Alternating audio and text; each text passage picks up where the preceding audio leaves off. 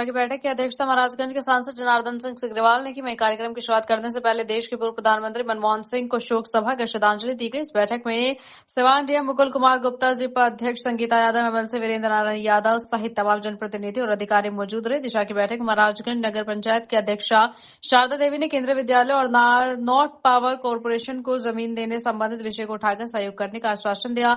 जनार्दन सिंह सिग्रीवाल ने मीडिया को संबोधित करते हुए कहा कि इस बैठक में विभिन्न मुद्दों को लेकर उस विभाग से संबंधित लोगों को दिशा निर्देश दिए गए हैं। वहीं पीडीएस दुकानदार लापरवाही का विभाग पर आरोप लगाते रहे हैं, जिसको लेकर सभी दुकानदारों को सही अनाज की गारंटी दी जाए और सिर्फ गोदाम तक ही नहीं, उनके दुकान तक कैसे जाया जाएगा ये सुनिश्चित हो, जिससे 5 किलो अनाज वजन के साथ सभी लाभुकों को मिल सके। इसमें कहीं कोई गड़बड़ी न हो। गड़बड़ी को दूर करने के लिए जिलाधिकारी को मॉनिटरिंग करने के लिए कहा गया है। वहीं दूसरा मामला दलित बस्तियों में आने जाने के रास्ते को लेकर है, जिसको भी जल्द से जल्द ठीक करने के आदेश दिए गए। ने कर लिया है, उसके लिए उपयुक्त पाया है, उसको वहाँ फ्लाईओवर बन जाए। हमें लगता है कि तमाम प्रक्रियाएं पूरी हो जाएगी तो यहाँ की एक बड़ी समस्या आने वाले दिनों में रेल विभाग के माध्यम से उसको पूरा किया जाएगा। क्योंकि डीआरएम यहाँ के प्रतिनिधि उसका पूरा सर्वे कराकर उसका रिपोर्ट अभी राम जानकी के बारे में क्या अपडेट है, कब तक ये परियोजना हम लोगों की? सर आज का प्रेस कॉन्फ्रेंस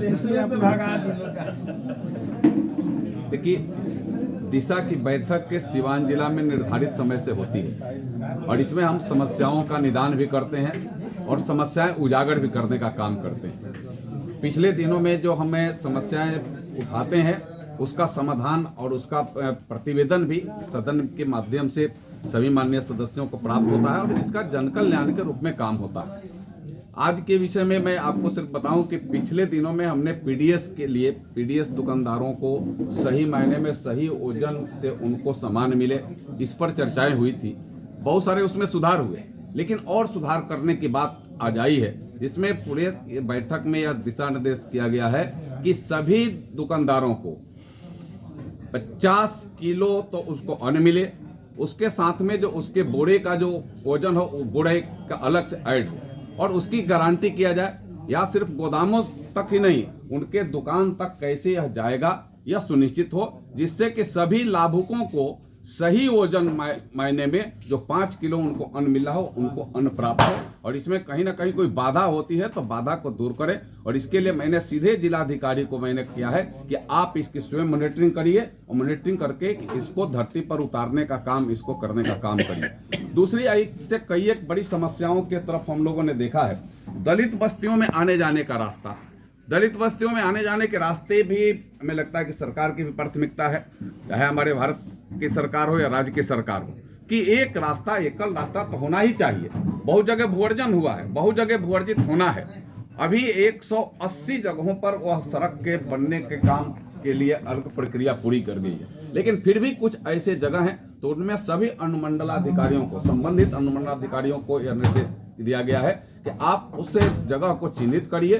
कोई भी ऐसे यहाँ हमारे दलित बस्ती न रह जाए या अन्य बस्ती भी न रह जाए जहाँ भूमि जगह न हो। इसके पहले मैं आपको बता दूं कि आपको प्रसन्नता होगी कि इसके पहले के बैठक में हम लोगों ने जो किया था 1600 जगहों पर वह चिन्हित हुआ उसके रास्ते के लिए, 1000 जगहों पर दूसरे पाली में हुआ है और तीसरी पाली में भी जब हम उसको करेंगे तो हमें लगता है कि पूरा का पूरा हम रास्ता उसमें देने का हम सब काम करेंगे।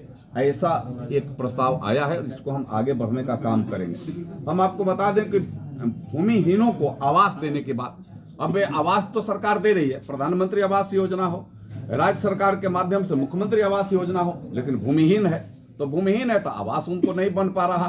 तो इसके लिए आवास चिन्हित कर करके पहले हम सब 3 डिसमिल मूलतः रूप से देते हैं, लेकिन आज बैठक में हुआ है कि अगर जमीन उपलब्ध हो तो 5 डिसमिल मिनिमम उनको जमीन दिया जाए, जिसके उनको लाभ मिल सके। क्योंकि प्रधानमंत्री जी का है, मुख्यमंत्री जी का है कि जहां आवास बने, आवास में शौचालय भी बने, आवास में उनको खाने बनाने के लिए भी जगह, उनको पाकशाला भी बन जाए, उनको उसमें बिजली लग जाए, गैस का कनेक्शन हो जाए। यह तमाम सुविधाएं आवास का मतलब यह हो कि पूरा का पूरा हो, जो पहले नहीं होता था वह वर्तमान में, उसके लिए हम लोगों ने चिन्हित कर करके किया है, बात किया है। हम उसके अलावा इसके लिए भूअर्जन करने के लिए हम लोगों ने अभियान, इसके लिए अभियान 1-2 पूरा हुआ है। इसमें तीसरे एथी में हम लोग अभियान पूरा कर करके इसमें भी करेंगे। इस अभियान के माध्यम से 1 में भी और 2 में भी मिला करके हजारों लोगों को आवास की सुविधा प्रदान की गई है और शेष आगे भी हम सब करने का काम करेंगे। आगे राम जानकी पथ सबसे बड़ा हमें लगता है कि राम जानकी पथ इस पूरे जिले के लिए, इस जिले में लगभग सैकड़ों किलोमीटर आप सीधे चले जाइए उत्तर प्रदेश के बॉर्डर से लेकर के जिले, और हम कहेंगे छपरा जिला का भी कुछ पार्ट लीजिए तो मसरक की तहत 100 किलोमीटर के लगभग में राम जानकी पथ यहाँ आ रहा है। उसके लिए वर्जित जमीन करना, उसके काम बहुत पूरे हुए हैं। जो खास करके रैयतों को, जो किसान हैं, उनको उस जमीनों का सही लाभ मिले, इस पर भी चर्चा हमने किया है। कहीं कहीं होता है कि हमारे लिए आवासीय है तो आवास का नहीं, उसको लो लैंड लिख दिया है। कहीं कहीं हमारे लिए बिजनेस के लायक है तो बिजनेस न लिख करके उसको आवासीय लिख दिया। तो इस सामान्य रूप से इस सबको जिस लायक जिसका जमीन हो उसके अनुसार उसको जमीन का कीमत भी मिले। इसमें आपको मैं बताऊं कि लगभग 295 करोड़ रुपए इसमें पेमेंट होने, लगभग 200 करोड़ रुपया से ज्यादा पेमेंट हो गए हैं लोगों को। लगभग 80% पूर्वी हिस्सा 295 में 212 करोड़ या लगभग हो गया है उसका पूरा। सिवान से मसरक में 295 करोड़ में, और इसमें इधर भी 211 करोड़, उसमें भी हम आगे बढ़े हैं। यानी सिर्फ जमीन के मैटर में 500 करोड़ रुपया के लगभग 500-550 करोड़ पेमेंट होना है किसानों को जमीन भू अर्जित के लिए, और उसमें से लगभग 50% से ज्यादा पेमेंट हो गया है। उसका पेमेंट भी हो जाए, जिसका जो अगर आज भी जमीन में उनको लगता है कि पेमेंट कम है तो उसके लिए आर्बिट्रेशन है। आर्बिट्रेशन में जाए, आर्बिट्रेशन वाले चाहे वो आप जब कमिश्नर के यहाँ जा सकते हैं, कोर्ट में जा सकते हैं, तो आर्बिट्रेशन के माध्यम से भी उनका जो समाधान होगा, जिला भूअर्जन पदाधिकारी और जिलाधिकारी उसमें पॉजिटिव है, सकारात्मक तरीका से उसमें काम करें, ये रैयतों को सही मायने में सही कीमत मिल जाए। इसके लिए भी दिशा कमेटी में सर्वसम्मति निर्णय हुआ है। इस पर हम सब चर्चा भी विस्तार रूप से किए हैं। भूमिहीन विद्यालयों को, अब भूमिहीन विद्यालय बहुत हैं, जहाँ विद्यालय तो है लेकिन भूमिहीन है, तो उसमें भूमि आवंटित करने के लिए भी प्रयास हुए हैं। और जहाँ भूमिहीन विद्यालय है, अगर उसमें भूमि मिल जाता है तो तुरंत उसमें भवन बन जाए। दूसरा है कि कहीं भवन बन गया है लेकिन वह आज भी विद्यालय स्थानांतरित जगहों पर चल रहा है तो उसको तुरंत शिफ्ट किया जाए। उसके लिए 15 दिन का समय फिक्स किया गया है कि उसके अंदर आप विद्यालयों को शिफ्ट कराइए, और वहां कहीं कहीं जो कुछ असुविधा है, शौचालय नहीं है, तो उसका निर्माण कराइए, अपने जनप्रतिनिधियों से सहयोग लेकर के उसका कराइए। जिसका आयुष्मान धारकों को नहीं मिल रहा और रोज इस तरह के मामले सामने नहीं, ऐसा हमको बताने, ऐसा चिन्हित विद्यालय, चिन्हित अस्पताल जो है, नर्सिंग होम को चिन्हित किया पूरे देश का है। वह चूंकि 1 नेशन 1 हेल्थ कार्ड के जैसा है, जैसे 1 nation 1 ration card, 1 nation 1 tax, वैसा ही 1 नेशन 1 हेल्थ इंश्योरेंस का ही है। और पूरे देश के हजारों के तादाद में चिन्हित नर्सिंग होम है, अस्पताल हैं, उसमें वो उनका कार्ड उनका लागू होता है, कार्ड से इलाज होता है। हमें लगता है कि यहाँ भी सदर अस्पताल के अलावा भी कुछ प्राइवेट अस्पताल भी चिन्हित किए गए जिसका उनका लाभ।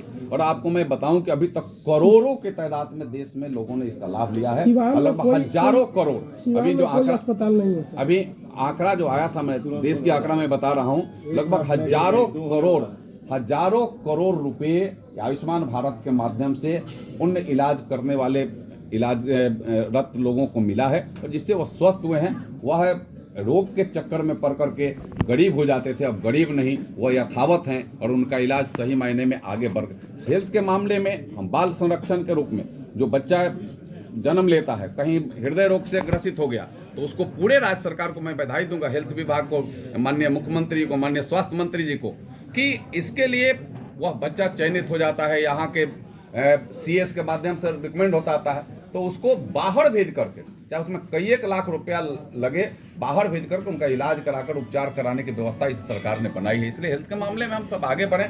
और जहां आपने जो प्रश्न उठाया कि कहीं और भी जो nursing home, private nursing home, उसको भी ठीक करने का, टैग करने, अभी उसको टैग करने का प्रस्ताव सिवान में भी हम सब लोग रखेंगे।